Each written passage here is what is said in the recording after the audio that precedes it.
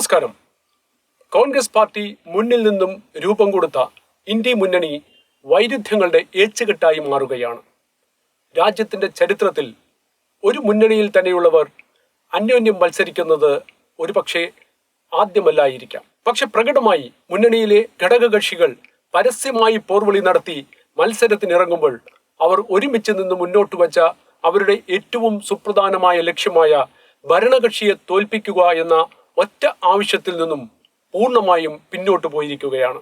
അല്ലെങ്കിൽ അവർ ഭരണമുന്നണിയായ NDAക്കെതിരെ ഉയർത്തിയ ആരോപണങ്ങളിൽ അവർക്ക് തന്നെ വിശ്വാസം നഷ്ടപ്പെട്ടിരിക്കുന്നു.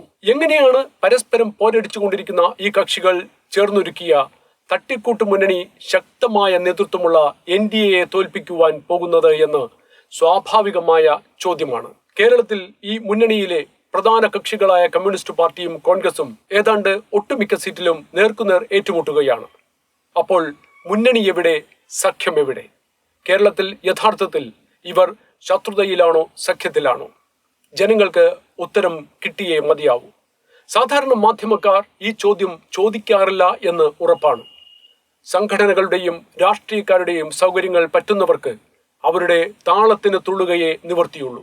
ദേശീയ തലത്തിൽ നരേന്ദ്രമോദിയെ താഴെ ഇറക്കുവാൻ മാത്രമായി ഒത്തുകൂടിയവർ വിഭിന്ന ആശയങ്ങൾ പുലർത്തിപ്പോരുന്നവരാണെന്ന് ജനങ്ങൾക്ക് അവർ തന്നെ തെളിയിച്ചു കൊടുക്കുകയാണ്. കേരളത്തിൽ കമ്മ്യൂണിസ്റ്റ് ദേശീയ നേതാവ് ആനി രാജ മത്സരത്തിനായി വയനാട്ടിലേക്ക് വരുമ്പോൾ അവരെ എതിരിടാൻ ദില്ലിയിൽ അവർക്കൊപ്പം ഇരുന്ന് മോദിയെ താഴെ ഇറക്കാൻ തന്ത്രങ്ങൾ മെനഞ്ഞ കോൺഗ്രസിന്റെ രാഹുൽ ഗാന്ധി തന്നെ അവിടേക്ക് വരുന്നത് അപഹാസ്യമാണ്.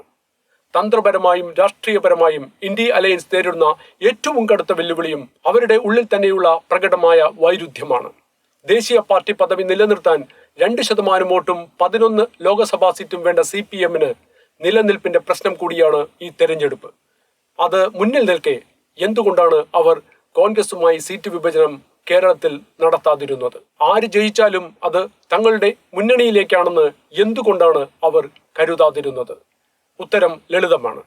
ഇന്ത്യ മുന്നണിയിലെ ഓരോ പാർട്ടിയും വിഭിന്നമായ രാഷ്ട്രീയവും ആശയവും ഉള്ളവരാണ്. ഓരോരുത്തരുടെയും ലക്ഷ്യങ്ങളും വ്യത്യസ്തമാണ്. മുഖ്യമന്ത്രി പിണറായി വിജയനും ബീഹാറിലെ ലാലു പ്രസാദ് യാദവും എന്തിനു വേണ്ടിയാണ് ഒരുമിച്ചിരിക്കുക? ഏത് വിഷയമാണ് അവർക്ക് ചർച്ച ചെയ്യാനുള്ളത്? അവരെ ഏകീകരിപ്പിക്കുന്ന ഏതെങ്കിലും ഒരു ഘടകം നിലവിലുണ്ടോ? ഇല്ല എന്ന് തന്നെയാണ് ഉത്തരം. മോദി എന്ന പൊതുശത്രുവിനെ തോൽപ്പിക്കുവാൻ മാത്രമായി നിർമ്മിച്ച അന്തവും കുന്തവുമില്ലാത്ത ഒരു മുന്നണി സംവിധാനത്തിന്റെ പരിപൂർണ പരാജയമാണ് കേരളത്തിലെ അവരുടെ നിലപാട് തെളിയിക്കുന്നത്. പ്രതിപക്ഷത്തിന്റെ പരാജയം തുടങ്ങിയത് ഇന്ത്യ അലയൻസ് എന്ന ആശയത്തിൽ നിന്നു തന്നെയാണ്. അത് അവർ മനസ്സിലാക്കുമ്പോഴേക്കും ജൂൺ 2024 കഴിഞ്ഞിരിക്കും.